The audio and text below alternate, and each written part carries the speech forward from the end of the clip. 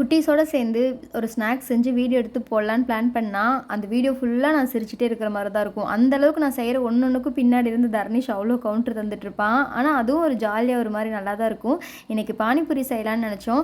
பூரி மட்டும் கடையில் வாங்கி வச்சுருக்கேன், எண்ணெயில் போட்டு பொரிச்சு எடுத்துக்கலாம் அப்படின்ட்டு பிளான் பண்ணியாச்சு. அதுக்கப்புறம் ரசம் செய்கிறதுக்கு ஒரு கைப்பிடி அளவுக்கு புதினாவும் கொத்தமல்லியும் கூட கொஞ்சம் இஞ்சி, காரத்துக்கு தகுந்த மாதிரி பச்சை மிளகா, சீரகம் போட்டு நல்லா அரைச்சிக்கலாம். அரைச்சிட்டு அது திதியாக இல்லாமல் ஃபில்ட்ரு பண்ணிவிட்டு ஒரு லெமன் வந்து பிழிஞ்சு விட்டுக்கிட்டேன். அந்த புளிப்புக்கு தகுந்த மாதிரி கொஞ்சமாக உப்பு சேர்த்து புளிப்பு, காரம், உப்பு இதெல்லாம் மேனேஜ் பண்ணுற மாதிரி தண்ணி கொஞ்சம் நிறையவே ஊற்றிக்கலாம். அதுக்கப்புறம் இந்த ஸ்டஃபிங்க்கு வந்து நான் ஒரு 4-5 உருளைக்கிழங்கு வேக வச்சு மசிச்சு வச்சுருக்கேன். கூடவே வந்து கொஞ்சம் பெரிய வெங்காயம், மிளகாத்தூள், கரம் மசாலா, உப்பு இதெல்லாம் போட்டு நல்லா மிக்ஸ் பண்ணிக்கலாம். ஆல்ரெடி பூரி வந்து எண்ணெயில் போட்டு பொரிச்சு எடுத்து வச்சுருக்கிறது அப்படிங்கிறதுனால இதை அப்படியே ஸ்டஃப் பண்ணிவிட்டு அந்த ரசம் போட்டு சாப்பிட்டோம் அப்படின்னாவே சூப்பராக இருந்துச்சு.